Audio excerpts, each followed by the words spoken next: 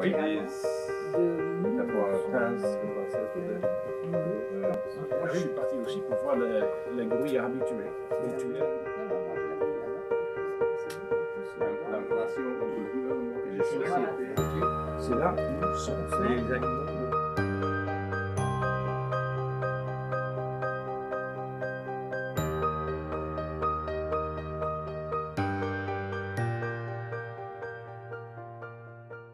À l'époque, quand j'étais un enfant, bien sûr, au Costa Rica, que je travaillais avec mon père dans l'atelier, pour nous, c'était important seulement la transformation du bois. Et au fur et à mesure que j'ai fait mes études, que j'ai travaillé dans l'industrie et après dans les institutions, j'ai compris que derrière un produit du bois, il y a toute une histoire, il y a toute une autre point de vue et pas seulement le produit comme tel. Ça veut dire d'où est-ce que ça vient le produit, qui en profite, pourquoi c'est important de conserver et de bien gérer une forêt, par exemple. Pourquoi c'est important de travailler dans la légalité. Alors, il y a beaucoup les aspects sociaux, par exemple. Pourquoi c'est très important de tenir en compte la population locale. C'est extrêmement important. Alors, ça veut dire de la transformation purement à considérer un produit bois qui, autour de ce produit, il y a beaucoup des aspects environnementaux, sociaux et bien sûr aussi, pourquoi pas, politiques.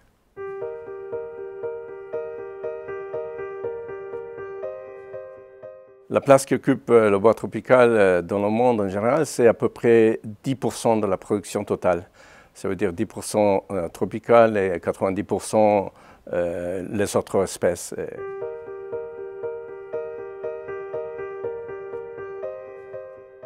Le luxe combiné, dans ce cas, c'est avoir pas seulement quelque chose de rare, de magique, de spécial, par exemple, comme un produit basé ou construit avec les bois tropicales, mais aussi tous les avantages qui donnent utiliser ces produits-là, ou bien d'aménager une forêt, une concession, par exemple, dans la forêt tropicale, le luxe de contribuer à la biodiversité, le luxe de contribuer au changement climatique et le luxe, par exemple, de contribuer à améliorer la vie des riverains, des personnes qui habitent autour de la forêt ou bien dans la forêt ou bien qui travaillent aussi dans l'industrie, pourquoi pas?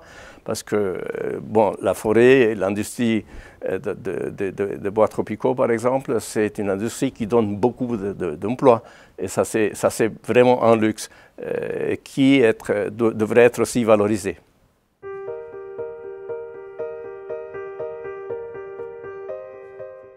Pour que ce matériel reste magique, ma recommandation serait de renforcer la coopération. C'est très important et bien sûr, à travers notre association, la TIBT, en travaillant avec les gouvernements locaux,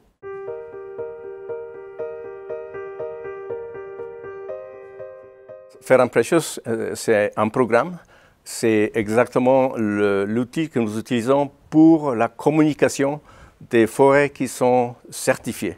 Les concessions qui sont certifiées, les produits qui sont certifiés. Alors, ce sont des sociétés qui sont membres de ce programme. C'est la marque Fair & Precious qui donne tous ces éléments pour la société civile, pour le consommateur final, pour savoir qu'est-ce que c'est un produit qui vient d'une forêt gérée durablement. Les personnes aujourd'hui ont du mal à comprendre l'importance d'avoir un produit qui vient d'une forêt qui est certifiée.